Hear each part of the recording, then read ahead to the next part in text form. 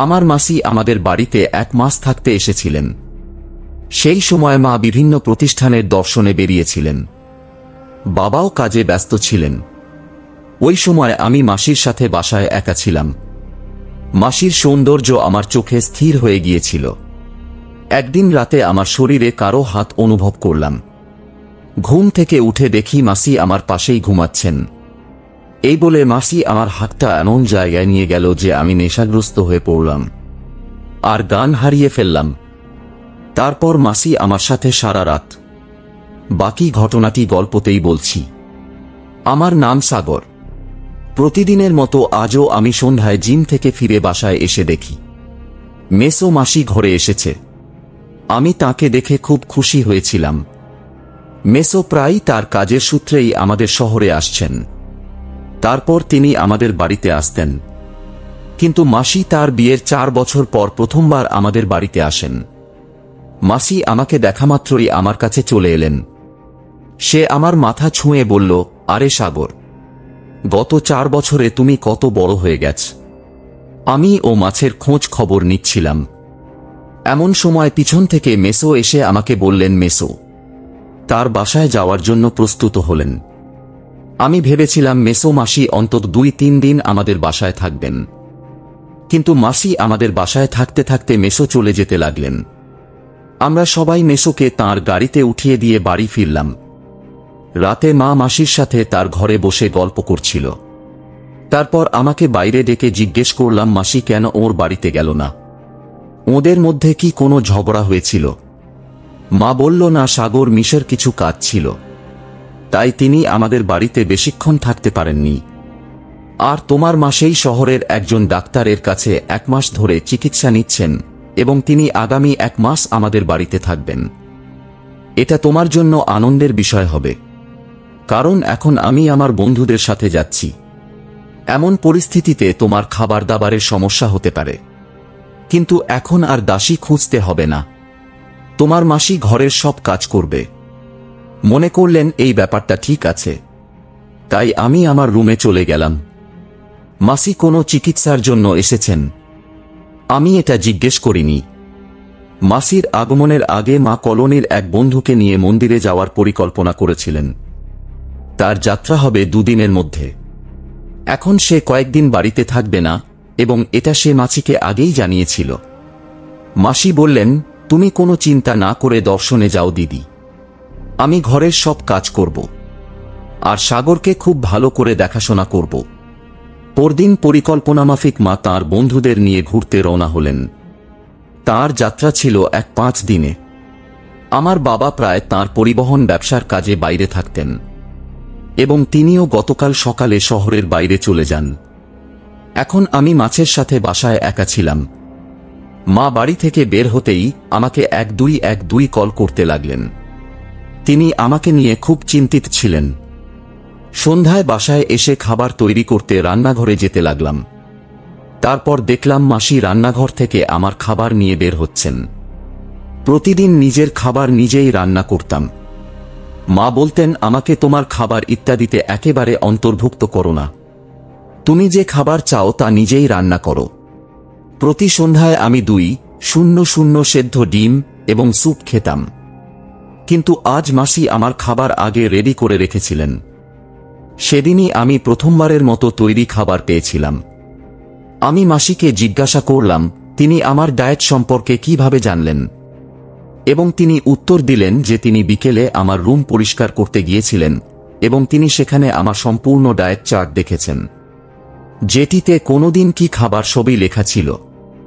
আমি বললাম, বাহ মাসি, আপনি তো খুব স্মার্ট। আমি খুব খুশি হয়েছিলাম, কারণ আমি তৈরি খাবার পেয়েছি। আমি মাসির প্রশংসা করলে তিনি হাসলেন। পরের 2 দিন এভাবেই কেটে গেল। প্রতিদিন আমার ব্যায়ামের চার্টও পড়ার সময় মাসি আমার জন্য সময়মতো খাবার তৈরি করতেন এবং আমি ঠিক সময় সবকিছু পেতাম। 2 দিন পর মায়ের কলেজ। আমি মাকে বললাম, মা এখন বারবার ফোন করেও না। গত 3 দিনে তোমার কাছ থেকে 1000 ফোন এসেছে।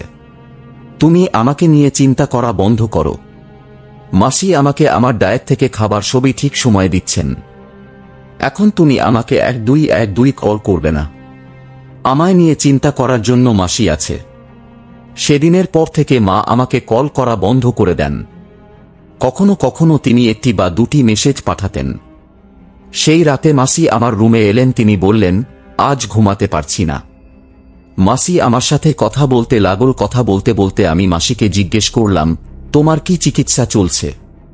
এ বিষয়ে মাসি বলেন, মা হওয়ার বিষয়ে আমি তাকে আর কোনো প্রশ্ন করিনি। তারপর হঠাৎ বিদ্যুতের মতো এক শূন্য শূন্য বিকট শব্দে মাসি ভয় পেয়ে গেলেন। ভয় পেয়ে মাসি আমার কাছাকাছি আসতে লাগলেন। আমি একটু লজ্জা পেলাম, কারণ মাসির বয়স কম। আমি ভাবলাম মেয়ে মানুষ একটু ভয় পাবে, এটাই স্বাভাবিক। তারপর তাকে সান্ত্বনা দিলাম। আমি তার থেকে নিজেকে দূরে সরিয়ে বললাম, মাসি তুমি তোমার ভাগ্নের মাসি এই ছোট কণ্ঠে ভয় পাও কেন? আমি হেসে মাছের সাথে কথা বলছিলাম, কিন্তু তিনি আমার দিকে অন্য দৃষ্টিকোণ থেকে তাকিয়েছিলেন। তার চাহনি দেখে আমি নিজেই লজ্জা পেতে লাগলাম এবং চোখ নামিয়ে নিলাম। আমি বললাম যে আমার খুব ঘুম পেয়েছে এবং তাকে ও তার ঘরে গিয়ে ঘুমাতে বললাম। সকালে নিজের সময় মতো কলেজের উদ্দেশ্যে রওনা দিলাম। মাসি বিকেলে তার চিকিৎসার জন্য যেতেন। সেই রাতে আমি যখন আমার রুমের লাইট অফ করতে যাচ্ছিলাম, তখনই দরজায় জোরে জোরে টোকা পড়ল। দরজা খুলতেই মাসির সামনে আতঙ্কিত হয়ে আমার রুমে ছুটে এল। মাসি আমাকে দেখামাত্র ভয় পেয়ে শক্ত করে জড়িয়ে ধরলেন। এখন তো বজ্রপাতের শব্দ ছিল না, তাহলে তার ভয় পাওয়ার কি ছিল? আমি প্রথমে তার মাথায় হাত বুলিয়ে তাকে শান্ত করলাম। সে বলল, সাগর, আজ আমি দিদির ঘরে একা ঘুমাতে পারবো না। আমার অদ্ভুত অদ্ভুত চিন্তা আসছে। হয় তুমি আমার ঘরে ঘুমাও, না হয় আমাকে তোমার সাথে তোমার ঘরে ঘুমাতে হবে। আমি মাসিকে শান্ত করে জিজ্ঞেস করলাম, তুমি কিসের ভয় পেয়েছ? এই বিষয়ে মাসি বললেন, আমি যে ডাক্তারের কাছ থেকে চিকিৎসা নিচ্ছি, তিনি আমার সঙ্গে কি করবেন বলতে পারবো না, তাই আমি ভয় পাচ্ছি। আর আমার মাথায় বারবার অদ্ভুত ভাবনা আসছে, যেন সেই ডাক্তার আমাকে এই কথা বলল। মাসির এত কাছে থাকাটা আমার মনে হয় অদ্ভুত চিন্তা নিয়ে আসছিল। জানি না মাসির কি হয়েছে তার ভিতর মুখ। কিছুক্ষণ আগেই দেখেছি, তাই বারবার ওকে নিজের থেকে দূরে রাখতে পারছিলাম না। তাই আমি ঘরের বাতি জ্বালিয়ে দিলাম। বাতি জ্বালাতে মাসি আমার থেকে দূরে চলে গেলেন। পরের দিন আমি আমার মাসির সাথে সেই হাসপাতালে গেলাম যেখানে তিনি চিকিৎসাধীন ছিলেন। আমি হাসপাতালের পরিবেশ তো আমার ঠিকই লাগলো এবং ডাক্তার মাসিকে চিকিৎসা করতে লাগল। সে অনেক বড় মতো ছিল। মাসি আমাকে তার সম্পর্কে কেন এমন কথা বলছিল। মাসি চিকিৎসা শেষ করে বেরিয়ে এলো, তার মুখ বিষণ্ণ দেখাচ্ছিল। আমি যখন তাকে তার মুখ বিবর্ণ হয়ে যাওয়ার কারণ জিজ্ঞেস করলাম, সে বলল, কিছু না, আমি প্রতিদিন এই চিকিৎসা পেয়ে বিরক্ত হয়ে গেছি। মাসির বিষণ্ণ মুখ দেখে তাকে বললাম, চিকিৎসার কথা বাদ দিন, আজ আমি তোমাকে আমার সাথে সিনেমা দেখতে নিয়ে যাব। আমি ভাবলাম সে একটু ঘুরবে কিনা, তাহলে হয়তো সে কিছুটা স্বস্তি পাবে, কারণ গ্রামে সিনেমা হলো কোন জিনিস ছিল না এবং মেসো মাসিকে খুব এক শূন্য শূন্য বেড়াতেও নিয়ে যেতেন না। আমি এটা খুব ভালো করেই জানতাম। যত তাড়াতাড়ি সে শুনল যে আমি তাকে বেড়াতে নিয়ে যাচ্ছি, মাসির মুখ উজ্জ্বল হয়ে উঠুন। অর্ধেক মুভি দেখার পর মাসি আমার হাত ধরে কিছুক্ষণের মধ্যেই আমার কাঁধে মাথা রেখে ঘুমিয়ে পড়লেন। বাসায় আসতেই মাসি বললেন, সাগর, আজকে তুমি আমায় এক শূন্য শূন্য স্মরণী দিন করে দিল। আমি এই দিন ভুলব না। তিনি আরও বললেন, আজ মনে হচ্ছিল আমি নিজের সাথে না, আমার প্রিয়জনের সাথে গেছিলাম। মাসের কথা বলা বন্ধ করে দিন। কিন্তু আমি বুঝতে পারলাম প্রিয় বলতে কি বোঝাতে চাই। আমি তোর কথা এসেছিলাম এবং তাকে বাড়িতে রেখে আমার জিমে চলে গেলাম। আমি জিম থেকে ফেরার সাথে সাথে রাতের খাবার খেয়ে স্নান করতে গেলাম। স্নানের পর রুমে গান শুনে মনকে সতেজ করছিলাম। তখন হঠাৎ মনে হলো আমার রুমে বা বিছানায় কেউ একজন এসেছে। আমি চোখ খুলে দেখি মাসি আমার সামনে দাঁড়িয়ে আছে। মাসি আমার সামনে অন্যরকম অবস্থায় দাঁড়িয়েছিলেন, প্যান্ট শার্ট পরে দাঁড়িয়েছিলেন। মাসিকে এমন দেখা মাত্রই আমার অবস্থা খারাপ হয়ে গেল। তখনই আমি ওকে আমার থেকে দূরে ঠেলে দিয়ে বললাম, মাসে কি করছিলেন? মাছি উত্তর দিলেন, সাগর, তুমি প্রতিদিন এত পরিশ্রম করে জিম থেকে ফিরে আসে, আমি শুধু তোমার পরিশ্রম বা কষ্ট দেখছিলাম। ভালো না লাগলে দুঃখিত বলে মাসি আমার দিকে পিঠ ফিরিয়ে দাঁড়ালেন। আমি বললাম, মাসি, আপনার ভাগ্নের পরিশ্রম দেখার অধিকার আপনার আছে। আপনি হঠাৎ এসেছিলেন, তাই আমি একটু ঘাবড়ে গিয়েছিলাম। মাসি কখনো আমার প্রশংসা করতে ক্লান্ত হননি। আমার প্রতি মাসির আচরণে হঠাৎ পরিবর্তন দেখে আমি ভাবতে লাগলাম আমি ওকে আমার রুম থেকে দূরে ঠেলে দিলাম। আজ রাতেও মাসি আমার রুমে এসেছিলেন এবং এবার তিনি সীমা অতিক্রম করলেন। তিনি আমার মায়ের একটি টি শার্ট পরে এসেছিলেন। আমি তাকে জিজ্ঞাসা করলাম, আপনি কোথায় যাওয়ার প্রস্তুতি নিচ্ছেন? এই বলে মাসি বলল, সাগর, তোমাকে কি সব শিখিয়ে দিতে হবে? যাই হোক, কয়েকদিনের জন্য আমার শ্বশুর বাড়ি যেতে হবে। সেখানে আমাকে বাড়িতে পড়তে দেওয়া হবে না। এখন যদি আমার ইচ্ছেগুলো পূরণ না করেই কবে করব? এই কথা বলতে বলতে মাসি আমায় জিজ্ঞেস করলেন, সাগর, তুমি আমাকে কেমন পছন্দ করো? আমি বললাম, তুমি খুব সুন্দর।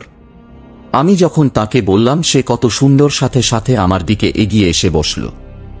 মানুষের আচার আচরণ এখন আমার কাছে একটু অদ্ভুত লাগতে শুরু করেছে। আমি যখন ওকে ওর রুমে ঘুমাতে বললাম, তখন মাসি বললেন, আমি একা ঘুমাতে অভ্যস্ত নই, একা ঘুমাতে ভয় লাগে। এই বলে সে আমার রুমে শুয়ে পড়ল। যখন তাকে মাছি আমার ঘরে ঘুমাতে শুরু করেছে, তারপর থেকে রাতে ঠিকমতো ঘুমোতে পারিনি। সেই রাতেও মাসে ঘুমের মধ্যে ঘোরাতে লাগলেন মাসির। এমন কাণ্ড দেখে সারা রাত মেঝেতে ঘুমাতে পারিনি। এভাবে আর কতদিন চলবে কিছুই বুঝে উঠতে পারছিলাম না। এখন আমার মনে হতে লাগলো যে মাছির যত তাড়াতাড়ি সম্ভব তার বাড়িতে ফিরে যাওয়াই উচিত, কারণ দিন দিন তার দৃষ্টি আমার দিকে সংকীর্ণ হয়ে যাচ্ছিল। পরের দিন দুপুর 1:02টায় ঘুম থেকে উঠে রেডি হয়ে ঘর থেকে বেরিয়ে দেখি বাবা বাইরে। আমাকে দেখা মাত্রই বাবা বললেন, সাগর উঠেছে করতে এত সময় লাগলো কিভাবে? আমি বাবার কাছে মাসির অভিযোগ করিনি। আমি তাকে মিথ্যা বলেছিলাম যে আমি রাতে সিনেমা দেখেছি, তাই দেরি করে ঘুমিয়েছিলাম। বাবা বলল, ঠিক আছে, ও খাবার খেয়ে বিশ্রাম নিতে চলে গেল। বাবা বাড়িতে এলে কিছুটা স্বস্তি পেলাম, বা বিশ্রাম নিতে রুমে চলে গেলেন।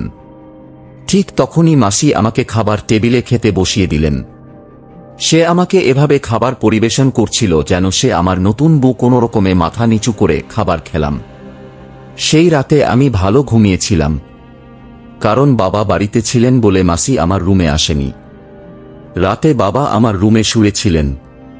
পরের দিন বাবা নাস্তা করে চলে যাওয়ার সময় বাবা বললেন, আমি 4 দিন পর বাড়ি ফিরব। মানে বাবা বাড়িতে এসেছেন মাত্র 1 দিনের জন্য। বাবা, তুমি 4 দিন বাড়িতে থাকবে না?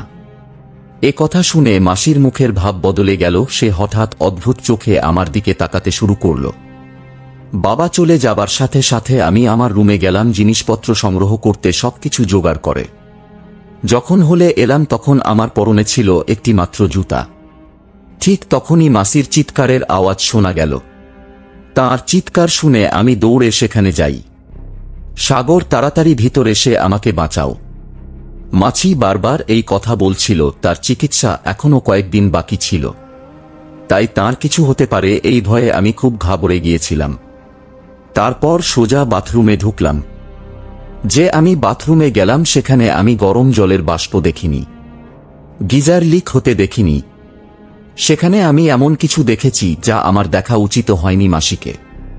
আমি এমন অবস্থায় দেখলাম যে অবস্থায় তাকে দেখা আমার উচিত ছিল না। আমাকে এখান থেকে যেতে দাও। আমি তাকে বললেও মাসি আমাকে ছাড়তে রাজি ছিলেন না। তখন আমি বললাম, এখন আমাকে ছেড়ে না গেলে আমি মাকে ফোন করে সব খুলে বলবো। আমি মায়ের নাম নেওয়ার সাথে সাথে মাসি আমার থেকে মুখ ফিরিয়ে নিয়ে বলতে লাগলেন, সাগর, প্লিজ দিদিকে কিছু বলবে না। এবং সে আমাকে মিনতি করতে লাগলো।